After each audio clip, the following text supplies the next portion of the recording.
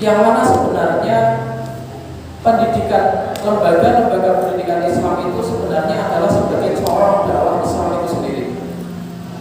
Namun karena banyak lembaga pendidikan Islam yang tidak tahu asal mula kenapa ada lembaga pendidikan Islam tersebut, akhirnya lupa kalau ternyata lembaga pendidikan Islam itu adalah bagian dari dakwah. Jadi lembaga pendidikan adalah bagian dari dakwah. Kita tarik dulu bagian dakwahnya. Perintah dakwah sendiri dalam surah An-Nahl ayat 125 yang sudah umum sering disampaikan. A'udzubillahi minasyaitonir rajim.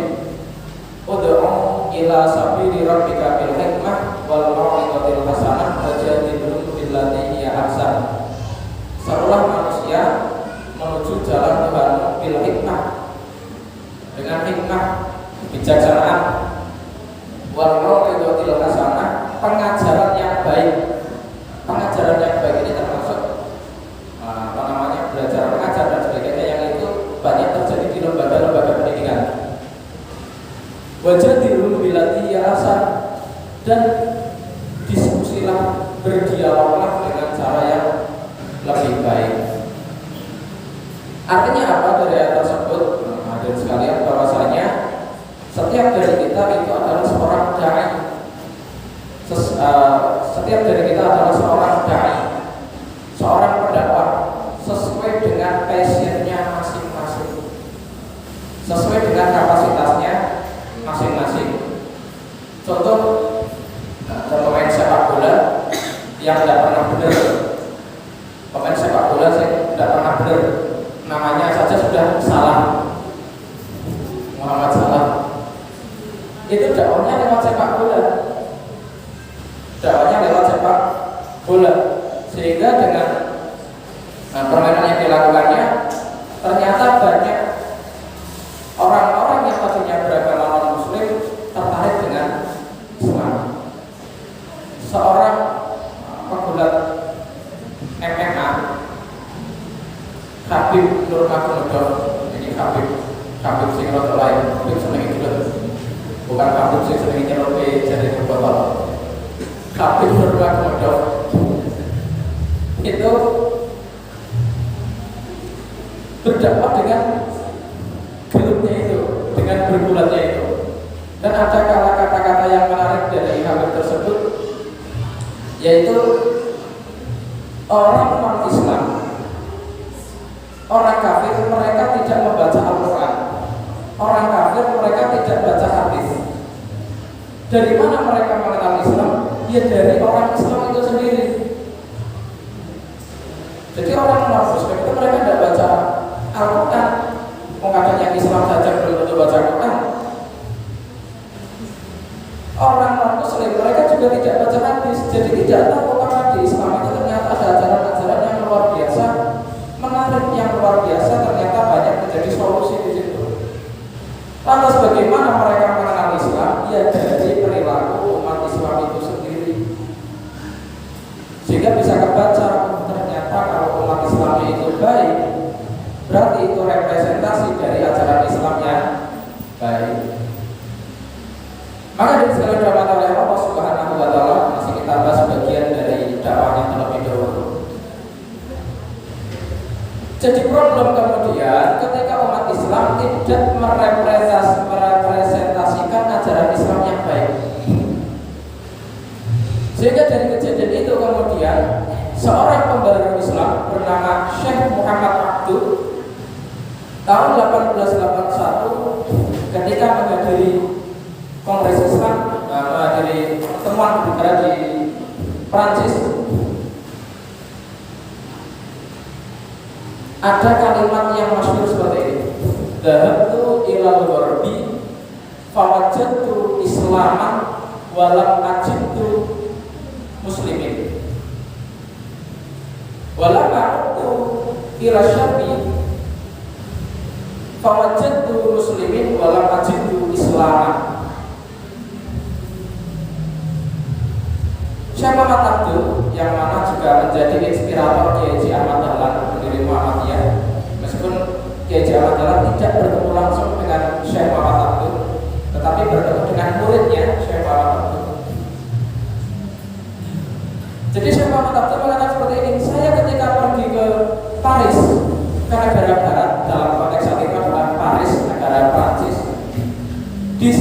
saya menemukan ajaran Islam, saya melihat ajaran Islam meskipun tidak saya temukan orang Islam di sana. Dan ketika saya balik ke negara timur, maksudnya dalam Mesir, saya banyak menemukan orang Islam di sana. Meskipun saya menemukan banyak orang Islam di sana, akan tetapi tidak ditemukan ajaran Islam di sana. Maknanya apa dari sekalian? Bahwasanya negara Eropa, negara Prancis yang saat itu dikunjungi oleh Syekh Muhammad Abdul lebih bisa menerapkan ajaran Islam daripada orang Islam itu sendiri. Ketika balik ke Mesir, banyak orang Islam tetapi tidak bisa mengamalkan ajaran Islam. Tentu ajaran Islam di sini yang dimaksud bukan ajaran Islam yang sholat, zakat, puasa. Kalau itu jelas orang Muslim tidak bisa melakukannya karena tidak terikat dengan perjanjian itu. Yang dimaksud adalah bagaimana dengan kepribadiannya, dengan kebersihannya, kedisiplinannya, empatinya terhadap sesama, adalah hal yang seperti itu. Miris ketika saya pernah mendengar ini real or barakah. Jadi saat itu rombongan naik dia elok. Saat itu masuk waktu sholat. Kemudian makinlah rombongan kami tersebut di sebuah masjid, yang mana masjid itu milik pondok pesantren. Jadi mampir sholat maghrib di situ, kemudian otomatis kan mampir ke kamar mandinya. Mampir ke kamar mandi, na'udzubillah min dzalik. Kamar mandi itu sangat rusuh sekali. Banyak hiasan, gantungan-gantungan bohong itu. Kemudian sangat, bahkan dalam perempuan itu ada perempuan itu bukan mandi sampai nggak tego. Lebih baik ngempet hajatnya daripada masuk kamar mandi, resikonya utang. Ketika balik lagi ke rombongan bis tadi, nah disitulah sudah terjadi saya. Miris ketika saya itu ada yang mengatakan seperti ini. Ada yang bilang saya ngempet dan buang hajat karena kamar mandinya kotor sekali. Ada yang bilang seperti ini, oh ya wajar, karena itu di pondok. Pernah dengar gitu ya? Wajar kamar mandi kotor, itu di pondok. Padahal kan harusnya kalimat yang baik seperti ini. Oh wajar kamar mandinya bersih, itu pondok. Tetapi realitanya, Bapak sekalian, ternyata kamar mandi yang ada di masjid, yang ada di pondok pesantren, meskipun tidak bisa kita generalisir, itu tidak jauh lebih bersih daripada kamar mandi yang ada di SPBU. Itu kalau saya mau niru buat kalimat sebagaimana Syekh Muhammad Abdul, fawajadu islaman dhahabtu ila SPBU fawajadu islaman walau ajidu muslimin. Semisal pegawainya tidak Islam, tetapi di sana ternyata diterapkan ajaran Islam, bersih, nyaman. Maka orang kalau mau mampir kampus mandi itu di SPBU. Sedangkan di pondok, di masjid yang sering disampaikan ajaran-ajaran Islam, ternyata dalam hal menerapkan kebersihan saja tidak bisa terapkan dengan baik. Tampaknya bersih tapi kadang mungkin baunya muslim. Nah itu contoh saja. Nah bayangkan ketika kemudian yang datang itu orang non muslim, Pak, mampir ke pondok pesantren yang tadi, apa kata mereka kira-kira? Ditambah kemudian ada argumentasi tadi, iya wajar orang itu pondok. Pesantren akhirnya orang muslim tadi mungkin akan mengatakan, oh ternyata Islam itu tidak ada ajaran jaga Jadi masih nyambung dengan kalimat Habib Nurul tadi, bahwasanya orang non muslim mereka membaca ajaran Islam itu ya dari perilaku orang Islam itu sendiri. Lebih kecil lagi, saudara sekalian, PJPM Pemuda Muhammadiyah Meranggen. Sering saya sampaikan juga, orang yang tidak Muhammadiyah, mereka tidak baca HPT, tidak baca tanya jawab agama yang berjilid-jilid itu. HPT 1 dan 3, musik 2 ini orang rilis. Mereka tidak baca itu. Mereka baca orang Muhammadiyah dari mana? Dari perilaku orang Muhammadiyah. Alhamdulillah, rotok bagus pakai pondok-pondok yang terkenal dengan kamar mandi bersih, tertata. Jadi dengan pondok pesantren yang dikelola secara pribadi, rata-rata biasanya tidak begitu diperhatikan. Kembali lagi di sini, saudara sekalian, ternyata masih ada problem di situ. Orang Islam tidak bisa menerapkan ajaran Islamnya sendiri. Ini yang dimaksud bukan sholat dan sebagainya. Maka jika masih ada problem seperti itu, berarti ada jarak antara idealisme ajaran Islam dengan realita penerapan yang dilakukan oleh orang Islam itu sendiri. Contoh lainnya lagi adalah bagian literasi, sama sekalian. Bagian literasi ini sungguh miris sekali. Umat Islam di Indonesia, 87% penduduk Indonesia itu beragama Islam. Lebih kurang itu 229 juta penduduk Indonesia ini beragama Islam. Sedangkan di Jepang itu umat Islam lebih sedikit, sangat sedikit. Tetapi minat baca, kemampuan literasi membaca, memahami teks orang Indonesia itu hanya 50%. Di Jepang sudah hampir 80%. Padahal yang punya dalil bacalah itu orang Islam atau orang Jepang. Tetapi kemampuan memahami teks itu sangat rendah sekali, minim literasinya. Nah, maka berarti di sini ternyata orang Islam itu sangat jauh sekali terhadap ajarannya sendiri. Maka apa kaitannya dengan pendidikan, teman sekalian? Nah, inilah ketika dakwah ini terpisah dari yang namanya pendidikan. Harus sinkron antara pendidikan dan juga dakwah di sini. Orang yang kemudian mengelola lembaga-lembaga pendidikan berperan penting di tidak hanya lembaganya, pokoknya di pendidikan, entah formal atau non formal, harus paham bahwasanya itu adalah bagian dari dakwah. Tentunya lebih khusus adalah pendidikan Islam. Dan problem juga ketika dakwah ini tidak terkurikulumkan dengan baik, sehingga akhirnya apa? Target dakwah yang rapatnya cetok, outputnya jadi pengen nopo nggak pakai cetok. Dan kadang-kadang di beberapa seringkali mungkin di pondok pesantren berapa sebagian itu wes pokoknya targetnya ngatamnya kita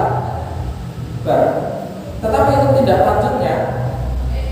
Kadang-kadang tidak menjadi bagian dari kurikulum tersebut. Maka dua-duanya harus sinkron antara pendidikan dan dakwah. Sekarang kita masuk ke pendidikan terlebih dahulu. Tadi dakwah sudah, kemudian ke pendidikannya. Sebelum nanti kita gabungkan. Pendidikan dalam hal ini adalah pendidikan Islam. Nah, tentu lebih merujuk lagi. Nanti kalau tak beritahu pendidikan umum, ini negara ini bukan negara Islam. Pendidikan Islam merujuk kepada Buya Hamka. Tujuan lembaga pendidikan Islam itu adalah mengawal fitrah. Dari mana dasarnya? Dari hadis Nabi Sallallahu Alaihi Wasallam, kullu mauludin yuladu ma'al fitrah. Setiap anak yang lahir itu dalam keadaan fitrah. Fa'abawahu yuhawidani aw yunasirani aw yumajisani. Maka kedua orang tuanya lah yang membuatnya menjadi Yahudi, Nasrani atau Majusi. Dijabarkan lebih jauh lagi, jemaah sekalian, maka kedua orang tuanya lah yang membuatnya menjadi nakalani, menjadi anak yang nakal, wa muring-muringani atau menjadi anak yang senang muring-muring, wa mutungani atau menjadi anak yang mutungan, wa empatinani atau menjadi anak yang empati, peduli. Peran besarnya adalah di orang. Maka kalau merujuk ke pendidikan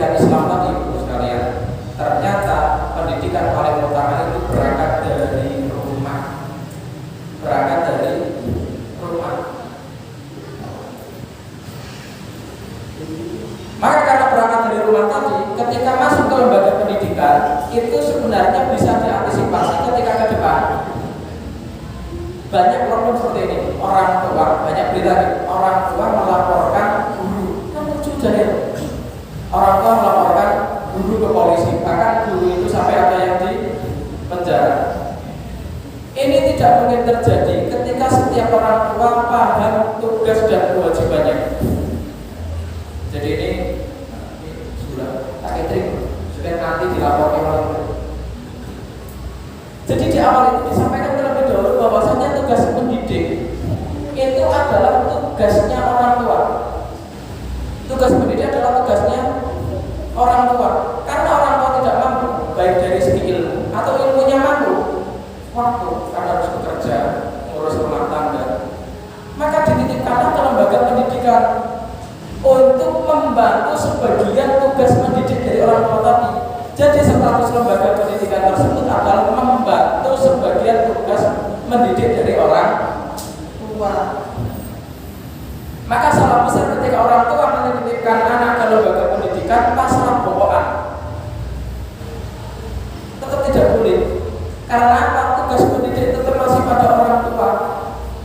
Termasuk meskipun dititipkan ke pondok pesantren sekalipun, tugas pendidik masih pada orang tua. Tidak boleh orang tua kemudian pasrah bohongan.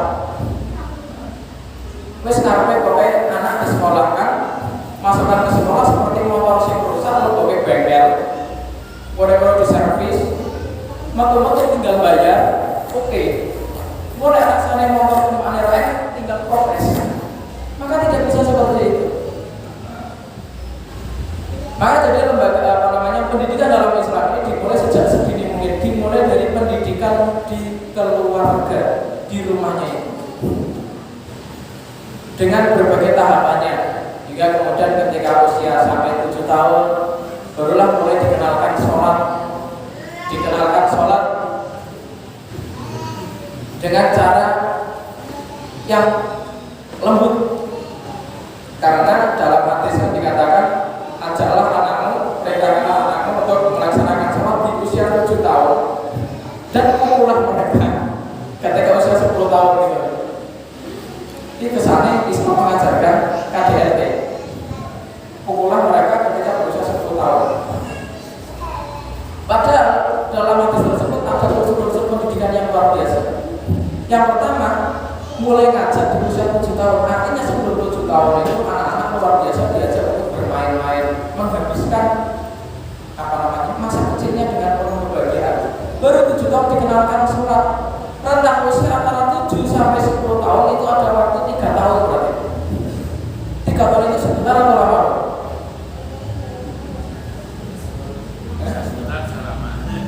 Coba paling aman.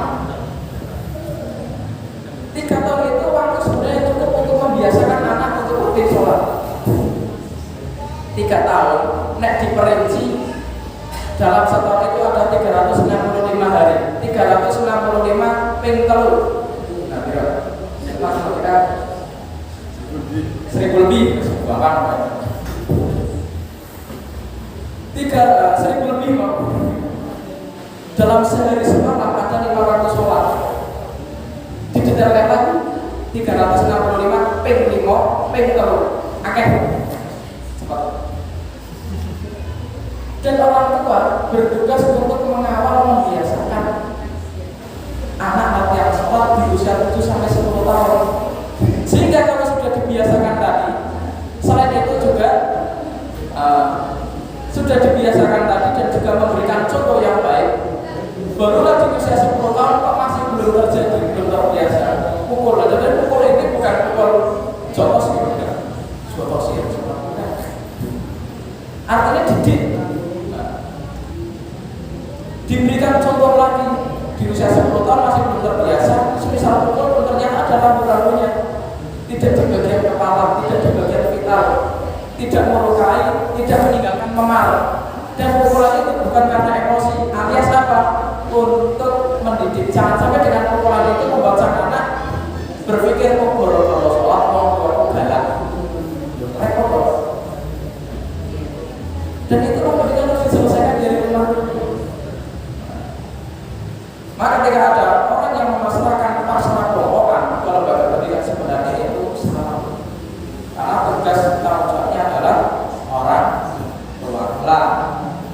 Tadi sudah dari rumah tadi kemudian masukkan ke lembaga pendidikan. Sekarang kita masuk ke lembaga pendidikannya. Tadi sebagaimana disampaikan oleh Buya Hamka, bahwasanya tujuan dari lembaga pendidikan Islam adalah mengawal fitrah anak. Nah, fitrah itu apa? Banyak tafsir di sini. Secara umum yaitu keimanan dan cinta kebaikan. Itu fitrah anak. Anak-anak itu fitrahnya cinta kebaikan. Sing ngajake dadi rak cinta kebaikan kadang ngomong sing gede. Anak-anak Roma senengnya ke orang lain. Kadang mbek ngomongnya dikandani foto senengnya lha iku dibodoni kowe. Engko dihapusi. Berarti yang ngajarkan murid orang dewasa. Kadang-kadang anak-anak itu sering adalah anak-anak itu mudah untuk memaafkan. Jangan lihat anak-anak ini gelut, berkelahi berantem. Isu itu damai. Hari ini bertarung, besok bermain bersama. Tapi kadang yang mengajarkan tidak memaafkan orang ojo rencana menekan jagai. Diajarkan untuk bermusuh. Fitrahnya itu aslinya cinta kebaikan, senang bersedekah, memaafkan, peduli. Itu fitrahnya. Maka tugas lembaga pendidikan Islam adalah mengawal fitrah tersebut, mengawal keimanan dan mengawal cinta kebaikannya itu. Namun realitanya, teman sekalian, ternyata banyak lembaga pendidikan Islam yang lupa jati dirinya, banyak terdikte oleh, mohon maaf, mungkin kurikulumnya berubah-ubah. Padahal kalau berpegang dengan tujuan pendidikan Islam itu sendiri, nyaman-nyaman saja. Karena sederhananya seperti ini, apapun kurikulumnya, apapun pelajaran yang ada yang dimasukkan, baik atau tidak, dalam pendidikan Islam punya prinsip pokoknya bagaimana anak itu bisa baca Al-Quran, paham akan Al-Quran, bagaimana para siswanya kemudian menyembah kepada Allah Subhanahu wa Ta'ala, bagaimana kemudian para peserta didiknya tetap teguh di dalam keislaman. Maka tetap ada rambu-rambu yang kuat di situ. Nah, tahu apa yang menjadi pokok-pokok yang harus diajarkan. Dan juga ini selaras dengan tujuan pendidikan yang ada di Indonesia ini. Tujuan pendidikan yang ada di Indonesia ini sangat Islami sekali. Termaktub dalam Undang-Undang Nomor 20 Tahun 2003, yaitu apa? Mengembangkan potensi peserta didik agar menjadi beriman dan bertakwa kepada Tuhan Yang Maha Esa. Kemudian yang kedua adalah berakhlak. Kemudian yang berikutnya adalah sehat. Baru yang berikutnya berilmu. Barulah belakang-belakangnya yang paling belakang sendiri menjadi warga negara yang baik. Jadi ternyata berilmu itu diurutan yang kesekian: beriman, bertakwa, berakhlak, kemudian sehat, baru berilmu. Itu sangat Islami sekali. Itu kalau berpedoman langsung dengan undang-undang itu, kita nyaman sebenarnya dalam mengelola lembaga pendidikan Islam. Dan ngapunten, kewajiban mengelola lembaga pendidikan Islam ini bukan menjadi kewajiban orang-orang yang ada di pendidikan Islam itu, contoh misalkan guru atau yayasan yang berkaitan dengan menaungi lembaga pendidikan itu. Tetapi semua masyarakat yang mengaku dirinya Islam mempunyai tanggung jawab untuk mengawal lembaga pendidikan Islam ini. Jangan sampai kemudian muncul, dulu di sini pernah ada sekolah Islam, dulu di sini ada sekolah Muhammadiyah. Menjadi tanggung jawab tugas bersama agar lembaga pendidikan Islam tersebut menjadi tetap hidup. Macam-macam dirahmati oleh Allah Subhanahu wa Ta'ala. Tadi dalam pendidikan itu sudah jelas ada rambu-rambunya, tujuan-tujuannya. Dakwah juga tadi sudah ada rambu-rambunya juga. Yang mana dulu ini dalam sejarahnya adalah satu kesatuan. Ketika Rasulullah dakwah di rumahnya Al-Arqam bin Abil Arqam, antara pendidikan dan dakwah jadi satu di sini.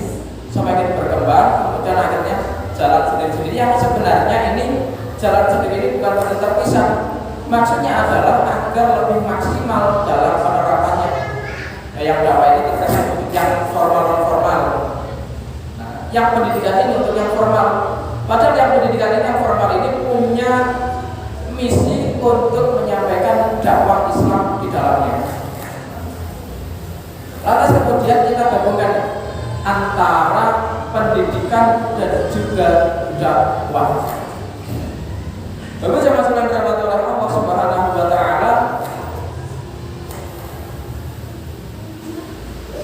kita punya bayangan seandainya pendidikan dan dakwah ini berjalan dengan maksimal, dakwah Islam ini berjalan dengan maksimal, pendidikan Islam ini berjalan dengan maksimal, maka bukan hal yang mustahil akan terwujud masyarakat Islam yang sebenar-benarnya. Problem kemiskinan itu sebenarnya bisa teratasi apabila setiap umat Islam memahami makna dari surat Al-Maun, saling peduli, empati terhadap sesama. Dan itu kemudian ajaran-ajaran itu diterapkan masuk ke dalam kurikulum pendidikannya. Problematika buta huruf, literasi yang rendah bisa masuk ke dalam kurikulum pendidikan juga. Minimal memahami kitabnya sendiri, memahami Al-Quran itu sendiri. Karena Al-Quran kalau diliterasikan luar biasa, tidak habis-habis. Banyak kisah-kisah, bahkan kemudian banyak pelajaran yang bisa kita petik. Maka dua-duanya harus sinkron ini antara pendidikan dan juga dakwah. Dan ini menjadi kewajiban semuanya Bapak sekalian, baik yang menjadi siswanya, baik yang menjadi gurunya, baik yang menjadi masyarakat yang memantau lembaga pendidikan itu, harus bareng-bareng memantau bahwasanya lembaga pendidikan Islam itu sebagai bagian dari dakwah, dan kemudian ikut mendorong menyukseskan tujuan dari lembaga pendidikan itu. Untuk apa? Untuk misi dakwah. Lalu sekalian rahmat oleh Allah Subhanahu wa taala, maka jika kemudian hidup kita sudah kita dedikasikan untuk berdakwah, maka ajaran Islam bisa tersampaikan dengan maksimal, dengan baik, sehingga yang disampaikan Syekh Muhammad Abdul 200 tahun yang lalu itu tidak terjadi lagi sekarang. Karena yang disampaikan Syekh Muhammad Abdul ternyata masih relatable dengan era sekarang. Umat Islam Indonesia itu nomor 2 terbanyak di dunia, nomor 1-nya di Pakistan. Akan tetapi ternyata dua-duanya bukan negara maju, padahal banyak umat Islamnya. Dan ditambah lagi ini, nanti ada namanya bonus demografi. Nah pertanyaannya kemudian, kira-kira dari bonus demografi tersebut kemudian apakah dakwah bisa menjadi maksimal atau justru menjadi musibah? Influencer dakwah tersebut apakah bisa menyaingi para influencer kemaksiatan? Apakah justru kalah jumlah atau kalah semangat? Maka ini menjadi PR besar yang harus kita garap bersama sekalian. Jadi sebenarnya bonus demografi itu apa? Gampangannya cah profil akeh gitu. Anak mudanya lebih banyak. Dan nanti bisa dicek apakah dari bonus demografi itu bisa berdampak ke sholat subuh. Sholat subuh selama ini kan banyaknya sepuh-sepuh. Apakah dengan bonus demografi bisa berdampak ke sholat subuh? Nanti lebih banyak anak mudanya atau tidak? Kalau anak mudanya bisa lebih banyak di sholat subuhnya, berarti bonus demografi berhasil untuk orang umat Islam. Kalau masih belum, musibah. Karena orang tuanya semakin sedikit, sedangkan anak mudanya usia produktifnya 40 tahun ke bawah itu tidak ada di masjid. Berarti bonus demografi itu gagal dipegang oleh umat Islam. Itu sudah seperti itu. Dan juga perlu sekali dirahmati oleh Allah Subhanahu wa taala, kembali lagi ke lembaga pendidikan tadi, banyak yang belum menyadari atau bahkan mungkin lupa bahwasanya dakwah menyambung tidak panjang dari tangan panjangnya dari dakwah itu sendiri. Dan banyak orang yang diberi tanggung jawab untuk mengelola pendidikan itu masih sebatas bahwasanya ia sebagai pengajar, bukan sebagai pendidik. Malfarqu bainal pengajar wal pendidik. Pengajar itu adalah wis mlebu kelas mulang derek-derek pintu ping 3 pirone oke wis mulai istirahat pulang dulu jam pulang mulai itu pengajar. Sedangkan pendidik tidak. Pendidik itu sampai dekat bagaimana seorang siswanya itu bisa mencontoh pribadi dari seorang gurunya itu. Nah, sekarang itu banyak pengajar tapi minim pendidik. Lulusan guru banyak, lulusan pendidik. Banyak orang siap jadi pengajar, tidak semua orang siap jadi pendidik. Karena harus memperbaiki diri terlebih dahulu. Resiko di situ. Setiap orang siap jadi pengajar, siap jadi pengajar. Bahkan bukan pengajar sekalipun, kadang ulang-ulang gitu. Kalau bukan bener ini itu salah. Siap ulang, tapi untuk jadi pendidik banyak yang tidak. Makin pentingnya tadi kolaborasi antara dakwah dan pendidikan yang sebenarnya itu adalah satu kesatuan. Dakwah di lembaga pendidikan itu kalau itu sudah berjalan maksimal, sebenarnya untuk pengajar di malam Sabtu, pengajar akbar halal bihalal ini nggak paling penting. Karena apa, ajaran Islam sudah tersampaikan di setiap sekolah dan umumnya orang itu sekolah. Jadi kalau sudah maksimal di lembaga pendidikan ditambah maksimal lagi ketika di rumah, itu sudah enak banget. Tidak ada waktu muda mengerti rapatnya kerjanya repot. Jadi karena sudah tercover dari mana? Dari rumah sudah terbawa. Kemudian yang kedua di lembaga pendidikannya sudah selesai. Itu kalau itu dua itu sudah maksimal. Ajaran Islam sudah terterapkan dengan mudah di situ. Tidak perlu pengajian gede-gede. Saya mudah melarang-larang ngadakan sistem gede-gede. Karena sudah cukup tadi dengan pendidikan selesai di rumah, pendidikan adab di rumah sudah diajarkan dulu, dimaksimalkan, fitrah itu dikembangkan di lembaga-lembaga pendidikan. Orang pentingnya di mana tadi? Dari sebenarnya, dari sekarangnya antara lembaga pendidikan dan pendidikan rumah. Kuncinya ada di orang tua. Kuncinya ada di orang tua. Maka dipegang betul ini. Orang tua ini sebagai otomatis menjadi pendakwah, minimal mendakwai orang yang ada di rumahnya. Dan ternyata termasuk bagian dari adab berdakwah itu berdakwah dari orang yang terdekat. Dan ternyata berdakwah orang yang terdekat itu jauh lebih susah, jauh lebih susah. Ceramah di tempat yang jauh, saya datang ceramah sini, ki aman Pak, bisa ngomong apa saja. Ceramah di kampung, rotok pakai sing perlu pertimbangan. Karena bapak-bapak, bapak saya kayak kesinggung, saya tersinggung. Padahal sudah disampaikan itu adalah materi dakwah, tapi perlu pertimbangan. Ditambah lagi lebih kecil lagi dakwah di lingkup keluarga. Jangan dikira sudah kan ceramah ini jodoh. Saya ngomong assalamualaikum warahmatullahi wabarakatuh. Di rumah kita, tidak di rumah kita. Itu malah nyata di rumah itu semakin skupnya lebih kecil itu lebih berat. Nah, dari itu kewajiban bagi kita semua adalah berdakwah sesuai dengan passionnya masing-masing. Nah, minimal tadi diri kita dapat menjadi pioner untuk diri kita sendiri, dan itu sebagaimana dikatakan Habib tadi, orang non-Islam itu melihat Islam dari bagaimana kita berperilaku. Maka sekecil apapun perilaku kita itu mencerminkan ajaran Islam. Kita keluar dari masjid pagi-pagi misalkan, oh ada lampu yang masih hidup, ceklekin, itu bagian dakwah terkecil. Ada lewat orang mau muter kabeh mau jam masuk dulu saya mau loro tok.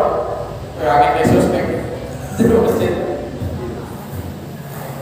Selesai subuh kok siang-siang biasanya.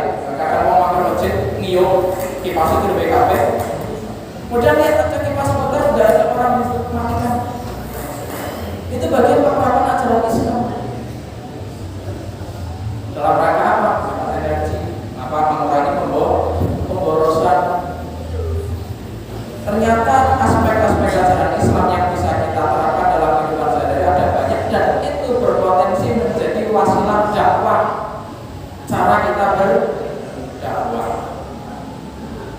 Pada itu Bapak Jemaah sekalian yang terakhir di sini adalah ketika kita sudah berdakwah di skala apapun, passion kita tersebut, hobi kita tersebut berpotensi menjadi tempat kita berdakwah, maka berdakwahlah sesuai dengan passion kita masing-masing. Passionnya mancing itu juga pada mancing sebenarnya. Ada ajaran-ajaran Islam terapkan dalam mancing, sabar. Banyak terang di situ. Udah mulai. Ini latih sabarnya seperti Pak, seperti mulai latih sabar mulai. Kemudian membawa kebahagiaan, kemuliaan, uang. Jadi apapun passion kita bisa sebagai wasilah untuk berdakwah. Sebagai yang oleh Pak di situ terus begitu. Baik, demikian yang dapat kami sampaikan.